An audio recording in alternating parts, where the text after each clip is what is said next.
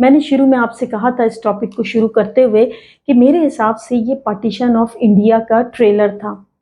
یہاں میں ایک بات اور ایڈ کروں، میرا اپنا ذاتی خیال ہے، ہو سکتا ہے آپ اس سے متفق نہ ہوں، لیکن میرا اپنا یہ ذاتی خیال ہے کہ پاکستان کے بننے میں مسلمانوں کا شاید اتنا ہاتھ نہیں ہے جتنا ہندوؤں کا۔ اگر پارٹیشن آف بنگال پہ انڈین نیشنل کانگریس کے پلیٹ فارم سے ہندوؤں کی طرف سے، ہندو لیڈرز کی طرف سے، کانگریس لیڈرز کی طرف سے اتنا سیویئر قسم کا ری ایکشن نہ آتا، یہ ری ایکشن جس نے دراصل کانگریس کی حیثیت کو واضح کر دیا تھا کہ کانگریس کتنی بائس ہے اور وہ مکمل طور پر ہندو کاز کو سپورٹ کرتی ہے، اگر یہ ری ایکشن سامنے نہ آتا اور ہندو مسلمانوں کو صرف بنگال میں ایک چھوٹے سے حصے میں چھوٹی سی حکومت کا حصہ بننے پر برداشت کر لیتے تو شاید مسلمان پارٹیشن آف انڈیا کی طرف نہ جاتے۔ اگر پارٹیشن آف بنگال کے بعد ایسٹ بنگال میں مسلمانوں کو خوشحال رہنے دیا جاتا تو شاید وہ کبھی بھی انڈیا کی پارٹیشن کا نہ سوچتے اور یونائٹڈ انڈیا میں اپنی اپنی میجورٹی والے علاقوں میں اپنی حکومت قائم کرتے اور شاید پھر یہ تحریک آزادی، تحریک پاکستان کی طرف نہ جاتی۔ سب کانٹیننٹ میں پارٹیشن آف بنگال اور پھر اس پارٹیشن کی کینسلیشن نے ہسٹری آف پاکستان میں بہت اہم کردار ادا کیا، اور مسلمان یہ سوچنے پر مجبور ہو گئے کہ آج ہمیں ایک صوبے کے ایک حصے میں حکومت ملنے پر اتنا زیادہ نیگیٹو ری ایکشن دکھایا جا رہا ہے تو کل انگریزوں کے چلے جانے کے بعد ہمیں پورے سب کانٹیننٹ میں حکومت میں حصہ کہاں ملے گا۔ اس چھوٹے ایکشن نے اس بڑے ایکشن کی راہ ہموار کر دی۔ امید ہے آپ کو 1857 سے 1905 تک کے یہ واقعات اچھے سے سمجھ میں آ گئے ہوں گے۔ میں آپ کو ابھی اس کا جواب آپ کے ساتھ شیئر کرتی ہوں، اسے دیکھیے گا، اور چینل کو سبسکرائب نہیں کیا تو ضرور کر دیجیے گا، شیئر کیجیے گا، لائک کیجیے گا، کمنٹ سیکشن میں اپنی رائے سے آگاہ کیجیے گا۔